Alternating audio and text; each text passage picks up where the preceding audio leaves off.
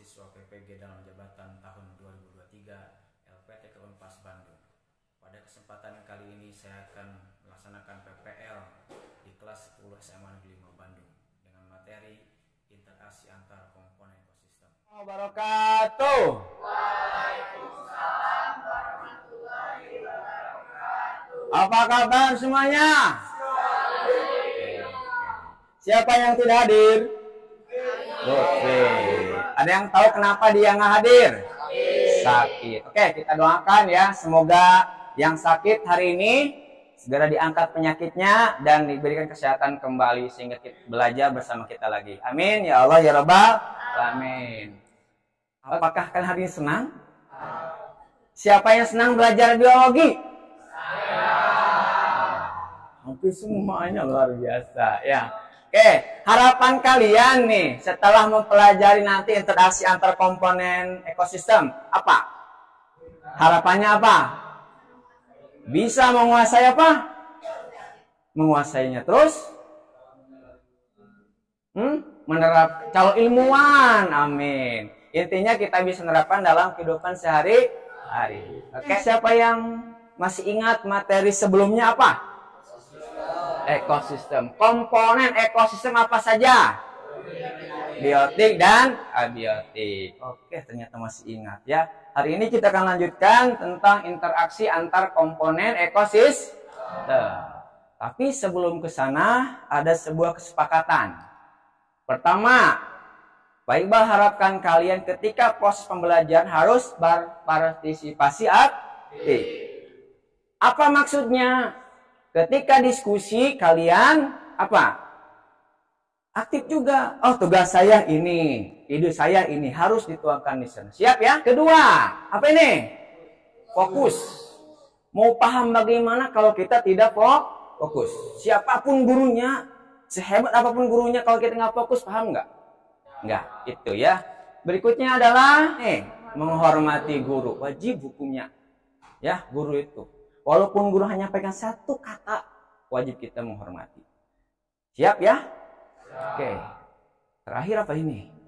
Kerjasama. Nah, nanti kalian ada sebuah kerjasama yang lakukan diskusi seperti minggu yang lalu. Menyelesaikan apa ya? Ada sebuah permasalahan dalam artikel, kalian diskusi sama-sama gimana masalahnya, gimana solusinya. Siap? Siap? Oke, kita lanjut. Nah, ini tujuan pembelajaran hari ini adalah Pak, diharapkan kalian mampu merumuskan solusi dari apa permasalahan ekosistem berdasarkan interaksi antar komponen biotik dan komponen abiotik dengan kritis dan solutif. Siap ya? Baik, percaya kalian orang-orang hebat semuanya. Kita lanjut. Ini sebuah motivasi. Mengapa sih kita harus belajar? Hah? Biar pintar, apalagi berkembang terus. Ingat ya, kebutuhan akan ini, lihat nih. Kebutuhan akan ilmu itu berbeda dengan kebutuhan makanan.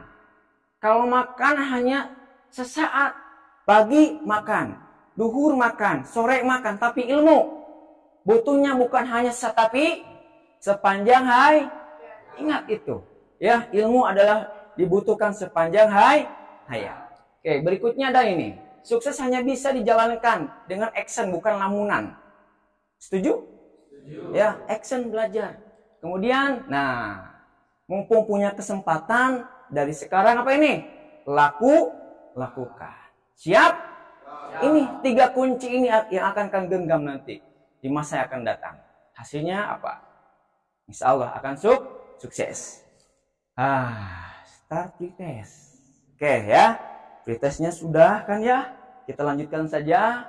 Ada sebuah video nih. Judulnya bagaimana jika nyamuk punah dari planet bumi. Oke, kita saksikan videonya ya. Selamat menyaksikan. Dicermati dan dipahami. Di mana spesies nyamuk ini berkembang biak. Di dunia ini ada sekitar 3.500 spesies nyamuk, tapi hanya beberapa saja yang mengganggu kehidupan manusia. Sedangkan beberapa spesies lain tidak mengganggu manusia.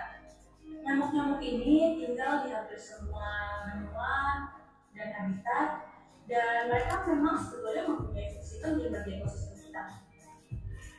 Namun telah ada di muka bumi ini lebih dari 1 juta tahun yang lalu. Jadi nyamuk itu memang mempunyai peran yang sangat penting juga di ekosistem kita. Jika nyamuk benar-benar musnah, tentunya akan mengganggu siklus rantai makanan yang ada di ekosistem bumi ini. Memusnahkan spesies nyamuk sama dengan meninggalkan kesulitan bagi predatornya, dan juga beberapa tanaman tidak bisa memiliki. Jadi itulah kemungkinan yang ada jika nyamuk digunakan atau tidak. Bagaimana menurut kamu? Apakah kamu lebih setuju nyamuk digunakan atau tidak? Jawab di komen bawah. Oke, setuju nggak nyamuk dipunahkan?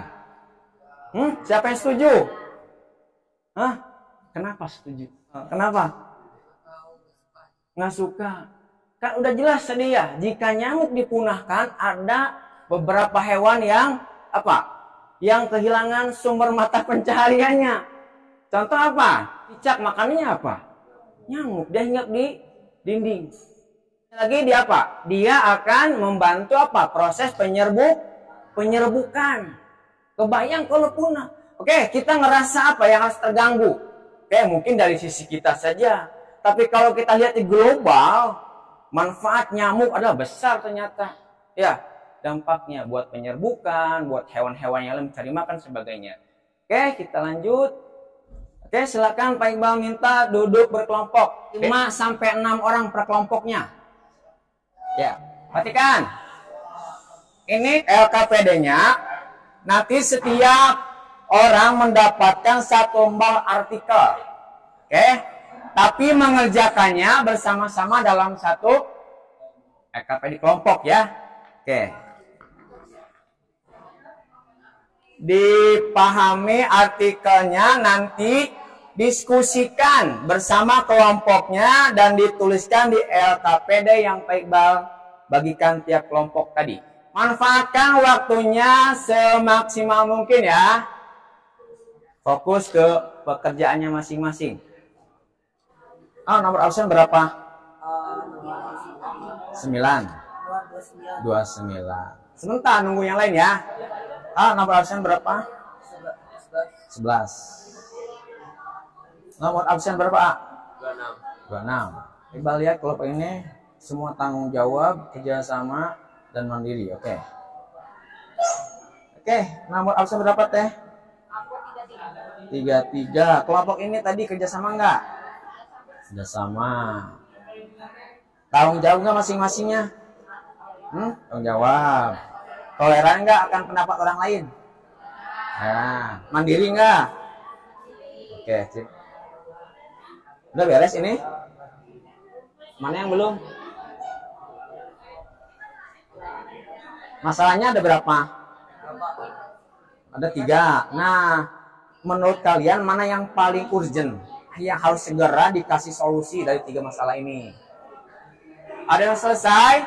Mau presentasi sekarang? Mohon disimak ketika presentasi. Assalamualaikum warahmatullahi wabarakatuh.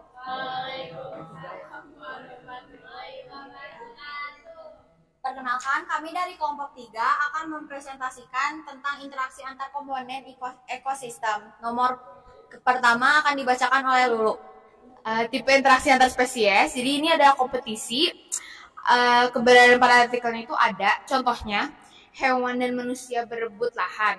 Terus ada predasi. Keberadaan pada artikelnya ada. Contohnya, pemburuan liar oleh manusia. Dan juga ada mutualisme. Terus tidak ada keberadaan pada artikel. Terus di sini ada komensalisme. Terus keberadaan pada partikelnya itu tidak ada. Terus ada netralisme, keberadaan pada partikelnya itu tidak ada. Terus ada parasitisme, keberadaan pada artikelnya itu ada. Terus contohnya itu pemburuan liar oleh manusia.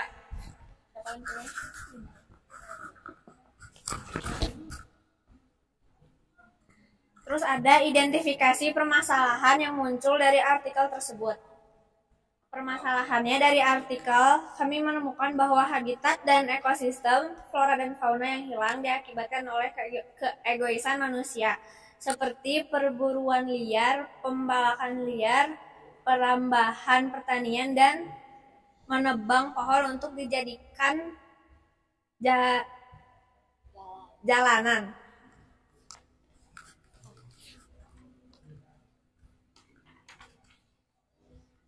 Selanjutnya itu, setelah kelompok kalian mengidentifikasi permasalahan yang muncul dalam artikel, tentukan satu permasalahan yang menurut kelompok kalian perlu untuk dipecahkan dan mengapa hal tersebut harus segera diselesaikan. Perburuan liar harus segera ditangani, karena jika hal tersebut terus terjadi, hewan-hewan akan cepat punah. Keempat, setelah kelompok kalian mengungkapkan permasalahan yang muncul dalam artikel tersebut, berikan beberapa alternatif cara atau solusi yang dapat diambil untuk mengatasi permasalahan tersebut. 1. Memberikan edukasi dan sosialisasi. 2. Mendukung upaya pelestarian lingkungan.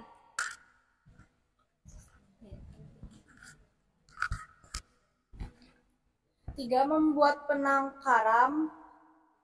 4. Membuat papan larangan. 5. Hindari transaksi binatang yang langka.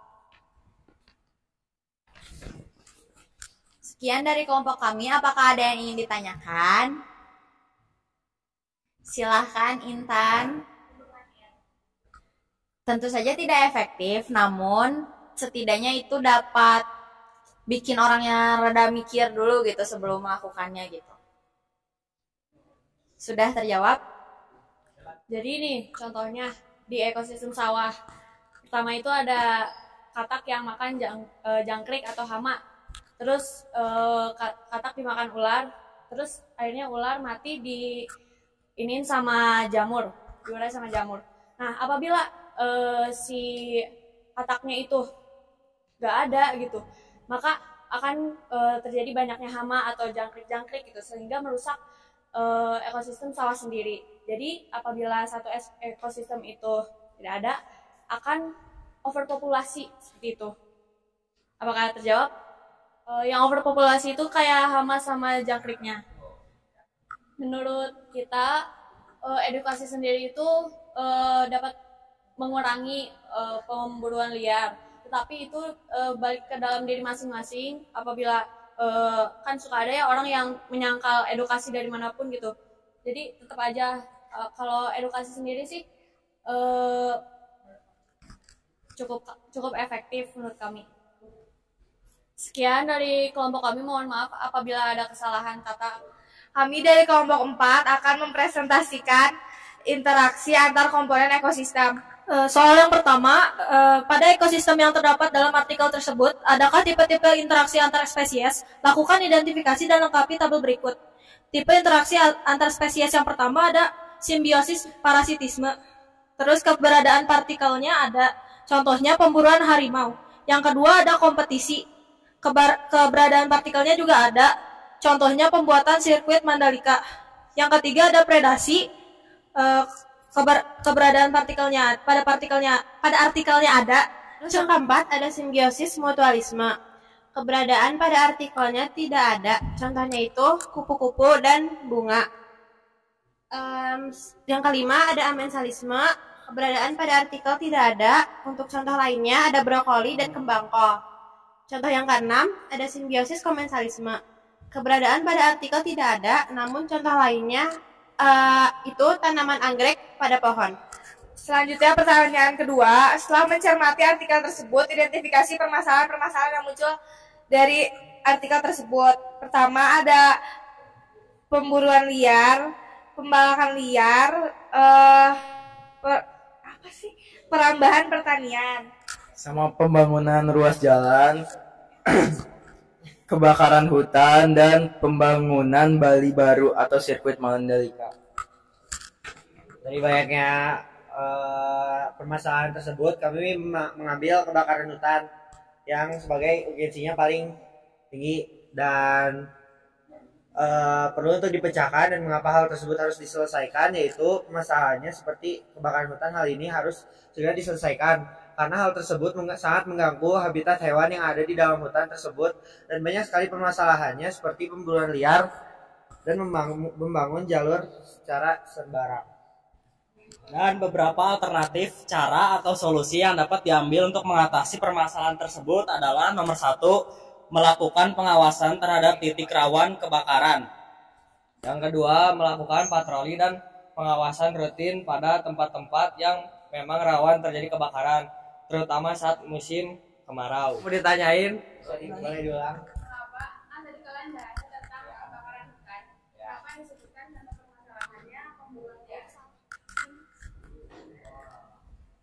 Oh iya.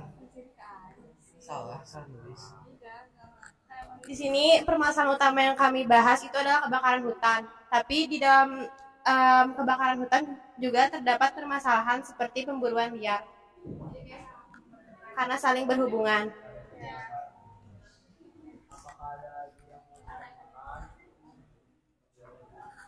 Ini perhatikan semuanya. Dampak yang paling yang paling bisa terhadap kebakaran hutan apa? Hewan. Polusi. Ya, tempat tinggal juga hilang. Apalagi? Asap. Asap juga ke manusia, makanan juga hilang. Banyak dampak yang paling besar. Bahkan ke negara tetangga juga berpengaruh ya. Indonesia pernah diproses beberapa kali ya. Tiap tahun oleh negara tetangga. Ini bukan hanya di hewan saja, betul ya. Tapi di manusia pun berdampak lebih besar juga. Betul ya. Oke, ada lagi? Udah cukup aja. Ada lagi pertanyaan? Jika tidak ada, kami akan tutup. Sekian presentasi dari kami. Mohon maaf bila ada kesalahan. Kami dari kelompok 6 akan mempresentasikan hasil dari diskusi kami. Yang pertama, selanjutnya nomor 1 akan dibacakan oleh Kelvin. Untuk nomor 1, pada ekosistem yang terdapat dalam artikel tersebut, adakah tipe-tipe interaksi antar spesies? Ada, yaitu pertama tipe interaksi antar spesies mutualisme. Keberadaan pada artikelnya ada, dan contohnya yaitu adalah ancaman kelestarian hutan, hujan tropis Sumatera, dan hubungan mutual yang merugikan manusia dan lingkungan. Lalu ada parasitisme, keberadaan pada artikelnya juga ada. Contohnya ancaman perburuan liar terhadap harimau Sumatera di Taman Nasional Kerinci.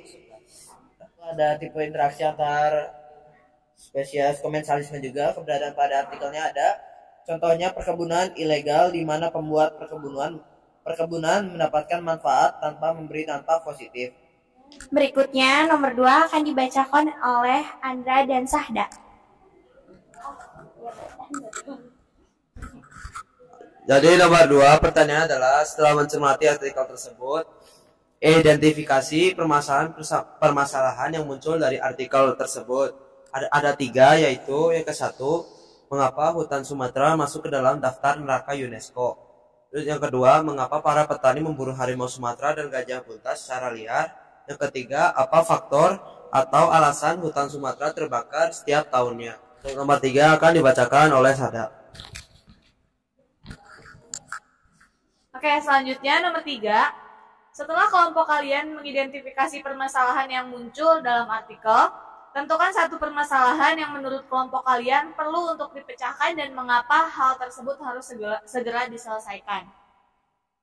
Menurut kelompok kami, permasalahan yang sangat urgent untuk diselesaikan adalah permasalahan kebakaran hutan yang selalu terjadi di hutan Sumatera setiap tahunnya.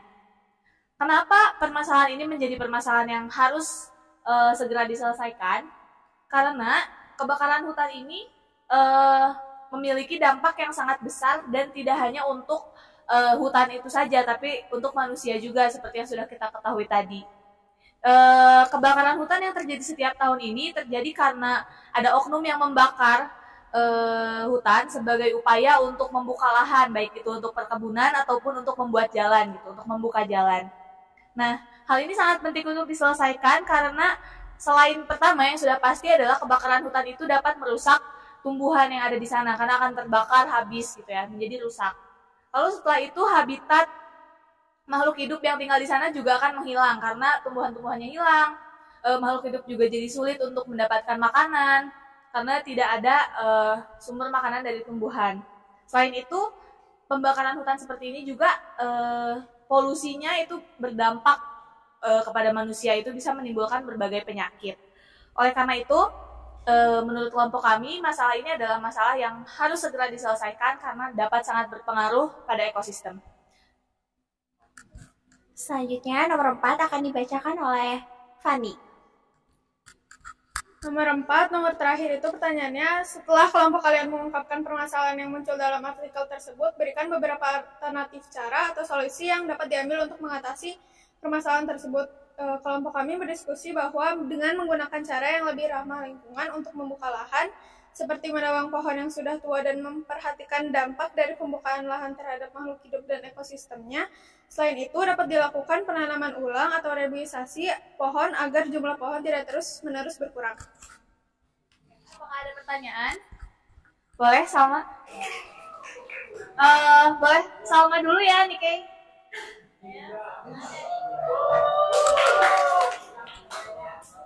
Saya Salma dari kelompok 2.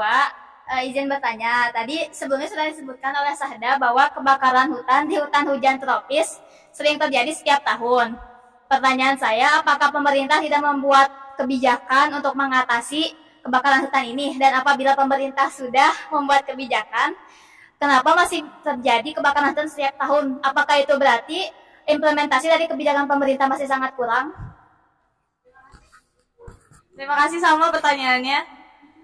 Sekarang Nikkei, izin bertanya, kan tadi disebutkan bahwa untuk membuka lahan harus dibakar dulu kan hutannya. Adakah cara yang lain yang lebih efektif untuk dilakukan untuk membuka lahan? Karena kan pembakaran hutan tuh menyebabkan banyak akibat ya, contohnya seperti polusi dan lain-lain. Oke, gitu. Terima kasih Nikkei untuk pertanyaannya. Apa ada lagi yang ingin bertanya? Pertama-tama terima kasih untuk Salma dan Nikkei yang sudah memberikan pertanyaan untuk kelompok kami. Pertama pertanyaan dari Salma akan dijawab oleh Rivaldi. Untuk pertanyaan dari Salma, pertanyaannya apakah pemerintah membuat kebijakan untuk mengatasi kebakaran hutan di hutan hujan tropis? Apabila sudah, kenapa masih terjadi? Sebenarnya pemerintah telah melakukan berbagai kebijakan sebagai upaya untuk mencegah kebakaran hutan. Namun kejadian kebakaran hutan ini lebih kompleks dan memerlukan kerjasama dari berbagai pihak. Oke, izin menambahkan dulu. Sebetulnya kalau kita berbicara tentang upaya atau kebijakan apa yang telah dilakukan oleh pemerintah untuk mencegah terjadinya kebakaran hutan ini, sebetulnya sudah sangat banyak, karena kebakaran hutan ini bukan berita baru, sudah terjadi dari dulu sekali, sudah sering juga banyak solusi yang dikeluarkan oleh pemerintah untuk mencegah hal ini untuk terjadi. Namun tetap saja ada orang-orang yang menggunakan jalan ini untuk misalnya membuka lahan dan lain sebagainya, karena jalan ini itu dianggap paling cepat dan paling efisien gitu, tidak memakan banyak waktu dan juga tidak memakan banyak biaya. Sehingga kebanyakan dari oknum yang melakukan pembakaran liar seperti ini biasanya melakukan pembakaran secara ilegal alias melanggar hukum.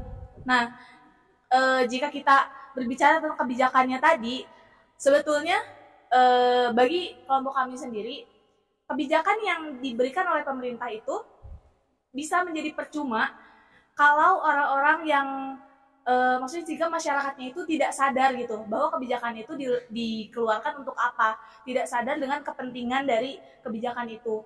Dengan begitu masyarakat yang acuh ini akan tetap bagaimanapun caranya tetap melakukan lagi sehingga kejadian seperti ini, kejadian kebakaran hutan yang terus-menerus terjadi ini itu sulit dan seperti yang tadi dibilang oleh Rivaldi, kompleks untuk diselesaikan. Karena tidak hanya bisa pemerintah itu mengeluarkan kebijakan atau mengeluarkan larangan lalu semua masyarakat itu patuh, semua masyarakat itu mengerti, tapi tetap ada orang yang terus-menerus mencari cara lain gitu untuk bagaimana caranya tetap melakukan hal tersebut. Mungkin segitu aja. Apa? Untuk pertanyaan kedua dari Nikkei akan dibacakan oleh Sultan. Pertanyaan Nikkei dibaca, apakah ada cara lain untuk membuka lahan di hutan yang ramah lingkungan? Dan sebenarnya ada yang dan itu dinamai agroforestasi. Nah, di sini itu tuh kita itu tuh menumbuhkan kebun hasil panen kita dengan bersamaan dengan hutan, yaitu kayak hutan banyak tanpa pembakaran dan clearing fields gitu.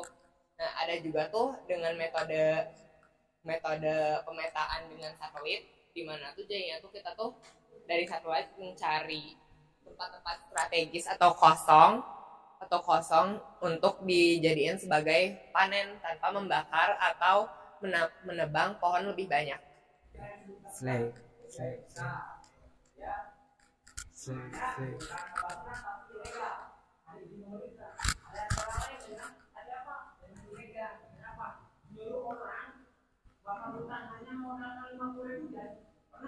Ada lagi yang mau bertanya? Jika tidak ada, kami cukupkan saja. Mohon maaf jika ada kekurangan. Sekian dari kelompok kami. Wassalamualaikum warahmatullahi wabarakatuh.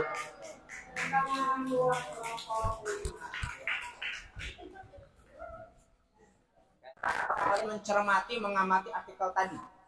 Apa kesimpulannya yang dapat kita ambil? Ini kalau kita lihat ini, gangguan dalam interaksi antar komponen. Pertama tadi apa? Kebakaran hutan, ya, terganggunya penebangan liar, apalagi perburuan liar, apalagi pembangunan sarana sirkuit, ya. Ternyata itu bukan hanya wah di mata saja, tetapi ada dampak negatif buat apa? Buat lingkungan sekitarnya. Yang paling dirugikan adalah siapa? Makhluk hidup yang lain, hewan, binatang dan lain itu, ya. Oke, berikutnya adalah baik saya semua tentang pembelajaran hari ini. Satu orang saja.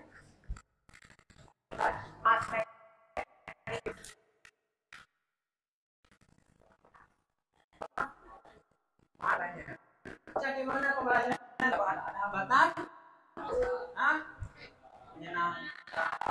Tangan buat kita semuanya.